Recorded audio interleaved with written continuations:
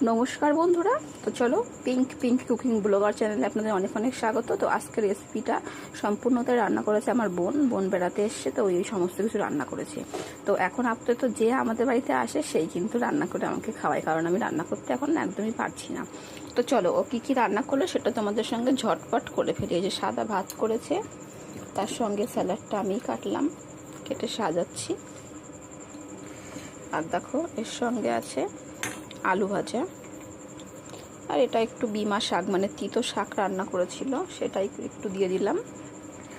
আর কি আছে চলো, এটা আছে মুসুরির ডাল আম দিয়ে, এটা হচ্ছে কাতলা মাছের ঝোল এই যে আলু দিয়ে, আর এটা হচ্ছে চিকেন কষা,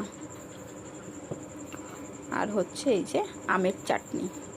তো বন্ধুরা এই ছিল আজকের লাঞ্চ থালি। তো কেমন লাগলো অবশ্যই কমেন্টে জানিও।